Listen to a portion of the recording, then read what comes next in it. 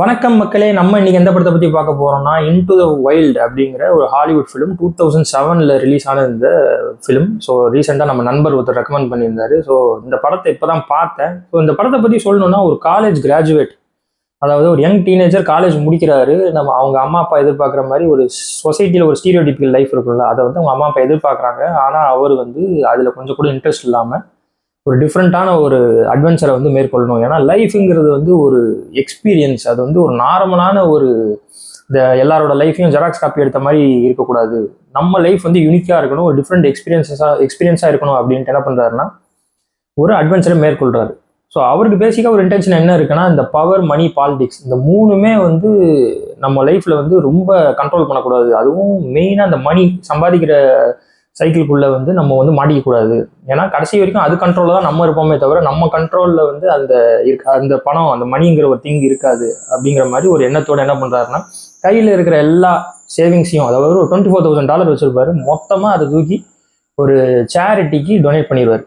சேரிட்டிக்கு donate பண்ணிவிட்டு அதுக்கப்புறம் என்ன பண்ணுறாருன்னா, அவருக்கு வேண்டிய திங்ஸ் எல்லாத்தையும் வந்து பேக் பண்ணிக்கிறாரு. ஒரு பேக் பேக்கில் போட்டுட்டு அங்கேருந்து நார்த் அமெரிக்காவுக்கு ஃபுல்லாக ட்ராவல் பண்ணுறாரு. அதாவது எப்படி ட்ராவல் பண்ணுறாருன்னா, லிஃப்ட்டு கேட்டு, அதுக்கப்புறம் வித்தவுட்டில் போகிறது, ட்ரக்கில் லிஃப்ட் கேட்குறது, லாரியில் லிஃப்ட் கேட்குறதுன்ட்டு ஒவ்வொரு இடமா வந்து லிஃப்ட் கேட்டு ட்ராவல் பண்ணுறாரு.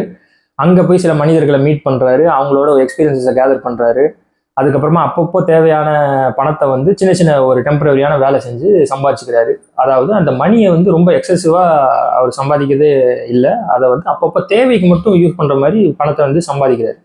ஸோ இதை மாதிரி எப்படி எக்ஸ்பீரியன்ஸை கேதர் பண்ணிட்டு அதுக்கப்புறம் ஒரு காட்டுப்பகுதியில் போகிறாரு. அந்த காட்டுப்பகுதியில் வந்து ஒரு பாலடைஞ்ச ஒரு வேன் இருக்குது. அந்த வேனில் அவர் திங்ஸ் எல்லாம் வச்சுட்டு அங்கே வந்து இந்த சொசைட்டியிலேருந்து மக்களை தவிர்த்துட்டு கொஞ்சம் தனியாக வாழணுங்கிற மாதிரி ஒரு லைஃப்பை லீட் பண்ணுறாரு. ஸோ அந்த வேனில் வந்து அவர் தங்கிக்கிட்டு வசிச்சுக்கிட்டு சுற்றி இருக்கிற அனிமல்ஸ் எல்லாம் வேட்டையாடி சாப்பிட்டுக்கிட்டு அதுக்கப்புறம் செடி கொடி தாவரத்தெல்லாம் வந்து சாப்பிட்டுட்டு லைஃப்பை கண்டினியூ பண்ணுறாரு. ஸோ சின்னதாக ஒரு தப்பு பண்ணுறாரு, அதுதான் அந்த படத்தோட கிளைமேக்ஸு. ஸோ அதில் வந்து அவர் உயிர் தவறிடுறாரு.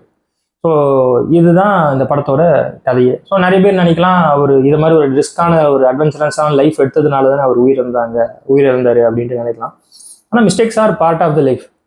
லைஃப்லங்கிறது மிஸ்டேக்ஸ் கண்டிப்பாக நம்ம பண்ணி தான் ஆகணும். அதை வந்து நம்ம ரொம்ப கான்ஷியஸாகவே நம்மளால் வாழ முடியாது. ஸோ காந்தி சொன்ன மாதிரி தவறு வந்து ஒரு நார்மலான திங் தான். ஒரு மிஸ்டேக் செய்யக்கூட நம்மளுக்கு சுதந்திரம் இல்லாட்டி அது வந்து என்ன சுதந்திரம் அப்படின்ட்டு காந்தி சொன்ன ஒரு இதுதான் நம்மளுக்கு ஞாபகம் வருது இந்த டைமில். ஸோ இந்த படம் வந்து நெட்ஃப்ளிக்ஸில் இருக்குது, நீங்கள் பாருங்கள். பார்த்துட்டு எப்படி இருக்குங்கிறத கமெண்ட் செக்ஷனில் சொல்லுங்கள்.